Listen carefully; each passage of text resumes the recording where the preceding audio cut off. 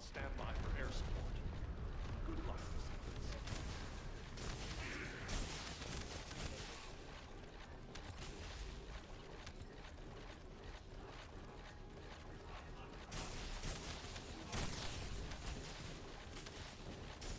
The specialized Vulgus aircraft has stopped to resupply. It's defenseless. Shoot it down.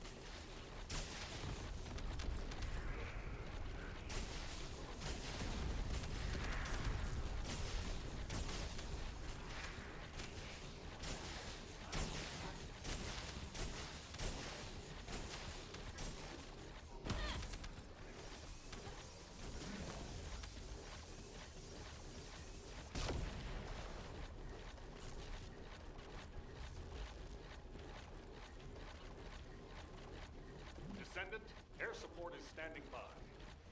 On your signal, we'll initiate suppressing fire.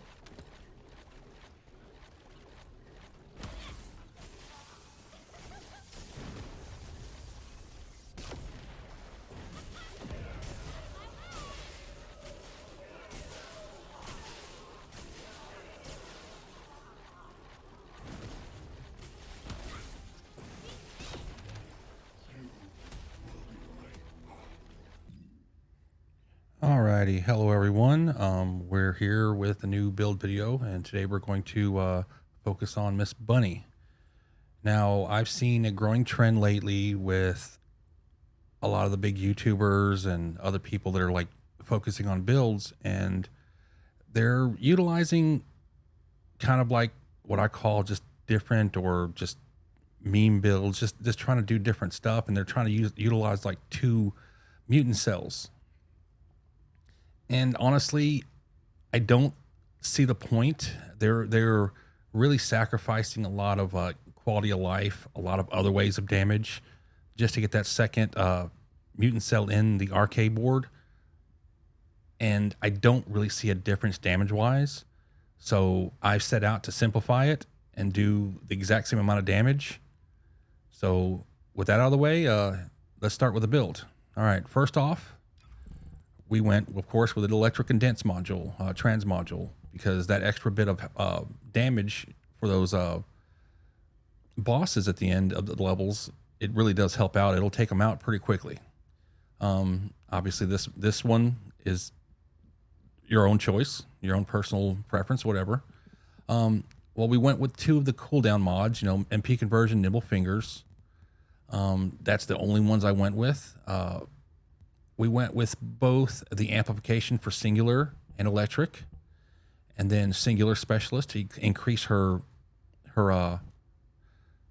lightning emission even higher. And we've also got maximize conservation because we want to lower the MP cost as much as possible so that she can keep that lightning emission going, 100% of the time. Expansion and amplification control to get the maximum amount of range in that big circle.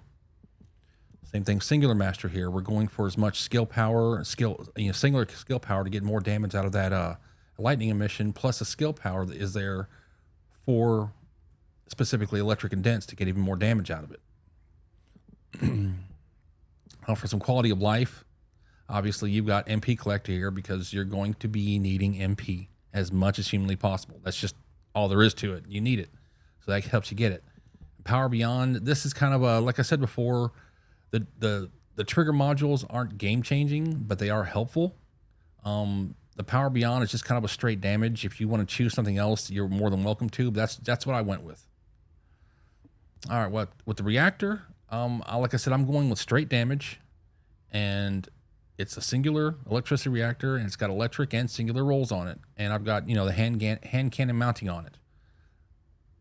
For external components, I went with a 2-piece Enlightened Mage for that base skill power, and then a 2-piece Plague for that extra singular skill power right there. All right, now for the gun, I'm mainly using is a Peacemaker, and all this really is just a stat stick that helps you get. I've got sprint speed and grappling hook charge time cores on it, and it just basically helps you to get, you know, the grappling hook thing is fun because you can stay in the air. You can do that whole bunny, you know, Spider-Man thing where you're constantly shooting the electricity out while you're in the air, just killing everything and you're not getting hit. Now the sprint speed core is specifically because that way you can maximize her sprint speed. Now right now it's at 952. When she's running and use her second ability, that maxes her out at 1600, which means you're running as fast as you can possibly go and getting, you know, those electric emissions just humming as fast as possible.